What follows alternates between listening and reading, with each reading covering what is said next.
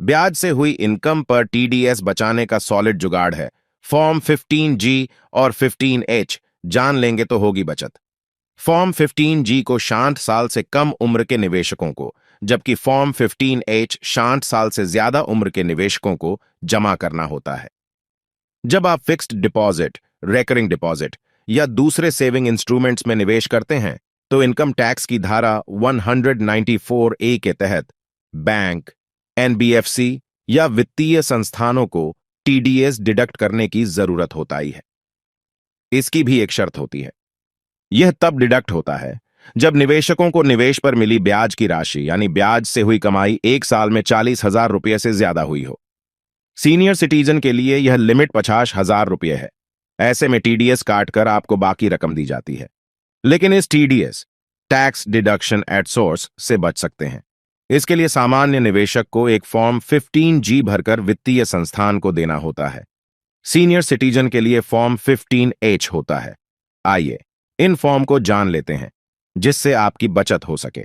Form 15G और form 15H। Form 15G और form 15H बैंकों या वित्तीय संस्थानों में जाने वाला एक टैक्स डिक्लेरेशन फॉर्म होता है जो आपकी एक तय निवेश पर मिले ब्याज के तौर पर हुई कमाई की बचत करता है।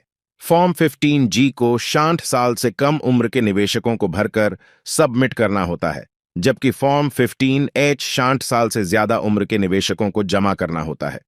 यहां ध्यान देने वाली बात यह है कि फॉर्म में दी गई जानकारी सही हो, अन्यथा आपके ऊपर पेनाल्टी लगाई जा सकती है। क्या है इन फॉर्म को सबमिट करने के फायदे?